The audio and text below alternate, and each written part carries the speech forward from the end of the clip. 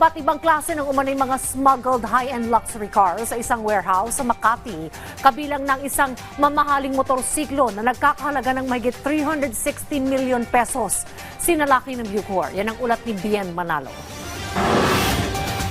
Sinalakay ng mga tauhan ng Bureau of Customs, Customs Intelligence and Investigation Service at the Manila International Container Port ang isang warehouse sa Makati City. Dito ay tumambad sa kanila ang iba't ibang klase ng umano'y mga smuggled high-end luxury cars, kabilang ng isang mamahaling motorsiklo na nagkakahalaga ng mahigit 360 million pesos.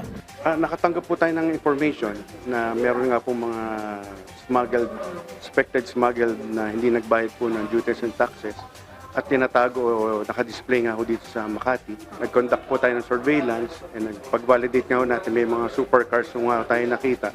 Naghain ng letter of authority o LOA ang otoridad sa may-ari ng warehouse para imbestigahan kung lehitimo ang mga sasakyan at masiguro na nababayaran ang karampatang buwis ng mga ito.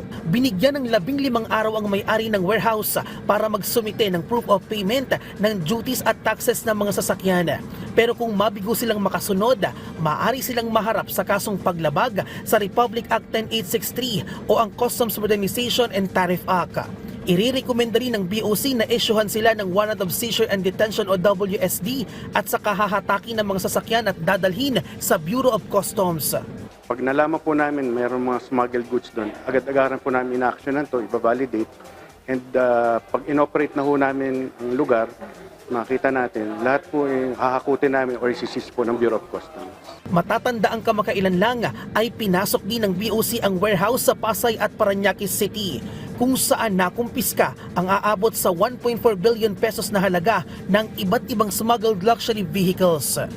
Bien Manalo para sa Pambansang TV sa Bagong Pilipinas.